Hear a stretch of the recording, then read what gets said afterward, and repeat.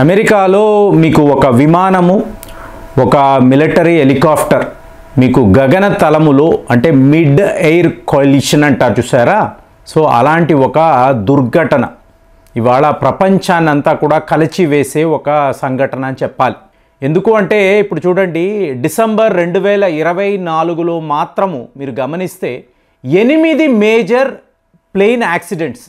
సరే, ఎక్కడో ఒక బ్రెజిల్లో జరిగింది, ఒక అర్జెంటీనా, మొన్న కూడా ఒక వీడియోలో అజర్బైజాన్కి సంబంధించిన ఒక విమానాన్ని రష్యా వాళ్ళు మిజైల్ దాడి చేసి మీకు కూల్చేరు అని కూడా మాట్లాడాం. సౌత్ కొరియాలో జరిగింది, మీకు ఏకంగా లోపల ఉన్న ప్రతి ఒక్క ప్యాసింజర్ కూడా మరణించారు. ఎయిర్ కెనడాకు సంబంధించిన ఒక అగ్ని ప్రమాదం. ఇలాగా ఒక్క డిసెంబర్లోనే 8 యాక్సిడెంట్స్ అన్నప్పుడు 2024లో ఎన్ని విమాన విపత్తులు అంటే మీరు ఒక్కసారి గూగుల్ సెర్చ్లో చూడవచ్చు. మరి ఇవన్నీ ఓకేనండి, మీకు స్పేర్ పార్ట్స్ కరెక్ట్గా లేవు, సిస్టమ్స్ ప్రాబ్లం వచ్చాయి, ఈ విమానాల మెయింటెనెన్స్ కరెక్ట్గా లేదు, ఇవన్నీ మాట్లాడతారు కదా. మరి అమెరికాకు ఏమైందండి? ద మోస్ట్ అడ్వాన్స్డ్ కంట్రీ కదా. అమెరికాలో ఇలాంటి ఒక ఎలా చెప్పాలి అంటే అమెరికన్ ఈగిల్ అనబడే విమానము 5342 అంటారు. మీకు ఇటువైపు Sikorsky UH-60 black hawk military helicopter, మీకు చాలా అడ్వాన్స్డ్ కాంపాక్ట్ హెలికాప్టర్. లిటరల్గా వాషింగ్టన్ నగరములో రొనాల్డ్ రీగన్ నేషనల్ ఎయిర్పోర్టులో అందరూ చూస్తుండగా పబ్లిక్ అంతా కార్లలో వెళుతున్నారు. అటువైపు ఆకాశంలో చూశారు, విమానం వస్తుంది, ఎదురుగుండా UH-60 అనబడే మిలిటరీ హెలికాప్టర్ వెళ్తుంది. ఏముంది ఇలా క్రాస్ అయిపోతాయి కదా అని అనుకున్నారు. కానీ చూస్తుండగానే రెండు, మీకు ఇటువైపు విమానము ఇటువైపు హెలికాప్టర్ అలా ఆకాశంలో గుద్దుకొని పోటోమాక్ రివర్ అంటారు వెళ్ళి ఇలా పడడం. మీకు ఈ సంఘటన ఎంత షాకింగ్ అంటే అమెరికన్ ఎయిర్ ఫోర్స్ వాళ్ళకి అర్థం కావడం లేదు. ఇప్పుడు ఇది ఎలా ఉంటుందంటే మీకు మోస్ట్ అడ్వాన్స్డ్ అన్నప్పుడు ఆ మిషన్స్లో మీకు ఎక్కడైనా ఎర్రర్ జరిగితే, ఇప్పుడు ఎలా చెప్పాలి, GPS ఉంటుంది కదండి, మీకు పవర్ఫుల్ రేడార్స్ ఉంటాయి, మీకు సిస్టమ్స్ ఉంటాయి, మీకు స్కై మ్యాపింగ్ ఉంటుంది, ఎటు నుంచి ఏమొస్తుంది. ఇప్పుడు ఒక పక్షి వచ్చి గుద్దిందండి, యాక్సిడెంట్ జరిగింది, లేదా ఇంజిన్ ఫెయిల్యూర్ అయ్యింది. ఇవన్నీ ఏంటి చిన్న చితకా దేశాలు. బ్రెజిల్లో మొన్న ఎలా జరిగింది, అమెజాన్ రెయిన్ ఫారెస్ట్లో మీకు సడన్గా ఇంజిన్ ఫెయిల్యూర్ అవ్వడము, మీకు ఆ విమానం కుప్పకూలిపోయింది. ఇక్కడ అజర్బైజాన్కి సంబంధించింది ఏంటి, ఆ ఎయిర్పోర్ట్లోనే మీకు ఈ రక్షణ వ్యవస్థ, రష్యా వాళ్ళ స్పేస్ డిఫెన్స్, సో వాళ్ళు మిజైల్ దాడి చేశారు. ఇట్లా అవ్వచ్చు, ఇదంతా ఫ్రీక్గా అవ్వచ్చు, తెలిసి తెలియకో. కానీ ఇక్కడ ఏమైంది, system failure. So entire system మీకు అక్కడ ఏవియేషన్ రంగంలో ఈ ఒక సంఘటన ఎంత పెద్దదంటే ప్రపంచమంతా కూడా దీని మీద ఇవాళ స్టడీ చేస్తున్నారు. ఎందుకంటే వాషింగ్టన్ DC అన్నప్పుడు ఎలాంటి ఒక నగరము, అక్కడికి వస్తున్న ఒక విమానం లోపల 60 మంది ఉన్నారు, 4 క్రూ మెంబర్స్ అంటే టోటల్గా 64 మంది. అలాగే హెలికాప్టర్లో, ఈ మిలిటరీ హెలికాప్టర్లో 3 ఉన్నారు, మీకు టోటల్గా 67 మంది అక్కడికక్కడ ఇలాంటి ఒక ప్రమాదంలో మరణించారు. అంటే మీకు అమెరికాలో ఎయిర్లైన్స్ సిస్టమ్ ఎలా ఉంటుంది, అమెరికన్ ఎయిర్లైన్స్కి సంబంధించిన ఈ ఈగిల్ ఫ్లైట్ ఏంటి. ఇప్పుడు ఇది ఎలా ఉంటుందంటే బాగా సిస్టమ్ని మీరు వాడుతున్నారండి, మనిషి మీద మనిషికి ఉండే నమ్మకం ఇవాళ పోతుంది. నా ఒక అనుభవం చెప్తున్నాను. నేను వాకింగ్కి వెళ్తున్నాను, ఒక టాక్సీ డ్రైవర్ పక్కకు వచ్చి ఆపారు.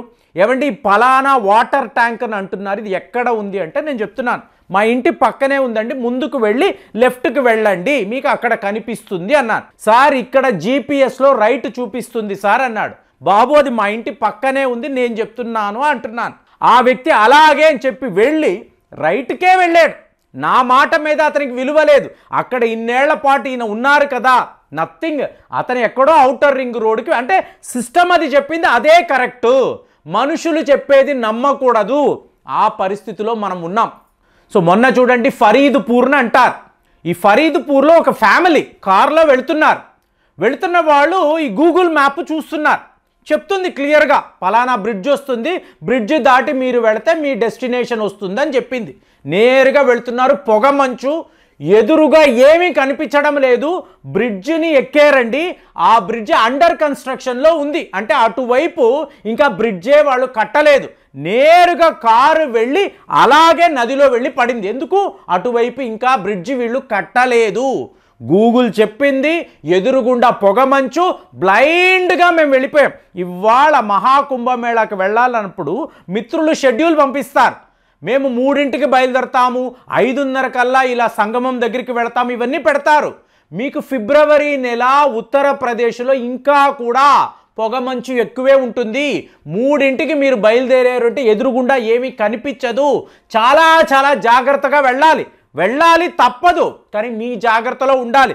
గూగుల్ చెప్పింది, గూగుల్ మ్యాప్లో ఇలాగే ఉంది కదా అని వెళితే మీరు ఎటైనా వెళ్ళిపోవచ్చు. కాబట్టి ఈ రోజైనా మనుషుల యొక్క ఇంటెలిజెన్స్ని నమ్మండి. అక్కడ అడగండి, ఏమండి ఇలా వెళ్ళాలి, ఇది సేఫేనా, ఏవైనా ప్రమాదాలు జరగవచ్చా, ఇవన్నీ అడిగి వెళ్ళాలి. కానీ అలా ఉంటుందా? లేదు కదా.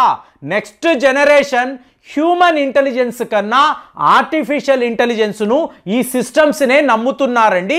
ఇలా ఎన్నెన్ని ప్రమాదాలు. మీరు చెప్పండి ఫ్రెండ్స్, మీకు ఒక అద్భుతమైన విమానము, టాప్ క్లాస్ టెక్నాలజీ వాషింగ్టన్కి వస్తుంది, సడన్గా మీకు మిడ్ ఎయిర్లో ఇలాగ ఒక హెలికాప్టర్ని గుద్దుకొని మీకు అలాగే ఒక నదిలో పడిపోయింది, లోపల ఉన్న వాళ్ళు అందరూ కూడా మరణించారు అంటే మీరు నమ్ముతారా?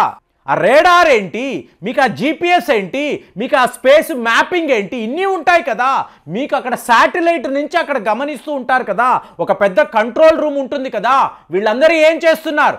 అక్కడ అమెరికా యొక్క మిలిటరీ ఏవియేషన్లో, ఎయిర్ ఫోర్స్లో టాప్ 1 కంట్రీ. మొన్న అలాస్కాలో F-35 విమానం, F-35 అంటే ఏంటండి, వరల్డ్లో నంబర్ 1 స్టెల్త్ విమానం, ఫైటర్ జెట్ నేరుగా వెళ్ళి పడిపోయింది. ఏం జరుగుతుంది? ఇంతంత సిస్టమ్స్ ఉంటాయి.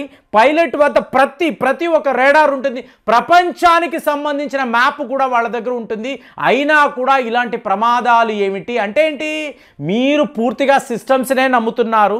సిస్టమ్స్ని నమ్మి మన ఇంటెలిజెన్స్ను, హ్యూమన్ ఇంటెలిజెన్స్ను పక్కన పెడుతున్నారు. ఎదురుగుండా హెలికాప్టర్ వస్తుంది కదా అని ఎవరైనా చూసి చెప్పినా ఇక్కడ కనిపించడం లేదు కదా అంటే ఏం చేయాలి?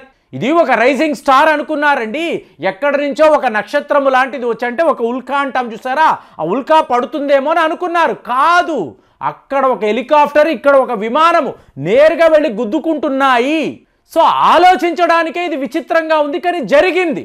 లోపల ఉన్న వాళ్ళందరూ మరణించారు. ఒక్క సర్వైవర్ కూడా అక్కడ లేడు. మీకు బోట్లు వేసుకొని, మీకు ఏకంగా ఫెడరల్ బ్యూరో ఆఫ్ ఇన్వెస్టిగేషన్ అధికారి, ఇది ఎలా జరిగింది ఎవరికి అర్థం కావడం లేదు, ఒక మిస్టరీగా ఉంది. మీకు అమెరికన్ ఏవియేషన్ రంగము ఇవాళ ఎంత పెద్ద షాక్లో ఉందంటే, లాస్ట్ ఇయర్ బోలెడ్ అని యాక్సిడెంట్స్ అండి ఎలా జరుగుతున్నాయంటే, మీరు టోటల్గా మీ సిస్టమ్స్ మీదే ఆధారపడుతున్నారు. ఎదురుగుండా ఒక విమానం వచ్చినా కూడా దానిని కూడా నమ్మరు. ఇదేమైనా మ్యాజిక్ కాదు, ఇలా మాయమైపోతుంది అనుకుంటారా? సో కాబట్టి హ్యూమన్ ఎర్రర్. ఇవాళ అందరూ మాట్లాడేది చాట్ జీపీటీ. అందులో ఏం కనిపిస్తే అదే నిజము. ఏమండి ఇందులో తప్పు ఉందంటే మనల్ని విచిత్రంగా చూస్తున్నారు. ఎలా ఉంటుందండి? చాట్ జీపీటీ తప్పు ఎలా చేస్తుందండి? మీకేమైనా పిచ్చా? మీరేంటి ఇలా మాట్లాడుతున్నా అడిగేవాళ్ళు ఉన్నారు. అంటే ఇది మీకు వికీపీడియా చూస్తారండి, అందులో ఏముంటే నిజం, గూగుల్లో ఏమొస్తే నిజం. వాళ్ళు కూడా అంటే హ్యూమన్ ఇన్ఫర్మేషనే కదా వాళ్ళు అందులో ఫీడ్ చేస్తారు. ఎవ్వరూ ఆలోచించడం లేదు. కాబట్టి ఇలాంటి సంఘటనలు, ఇలాంటి విమాన విపత్తులు, అమెరికన్ మిలిటరీకి సంబంధించిన హెలికాప్టర్లు ఇట్లా ఎన్నో యాక్సిడెంట్స్కి లోన్ అవ్వచ్చు.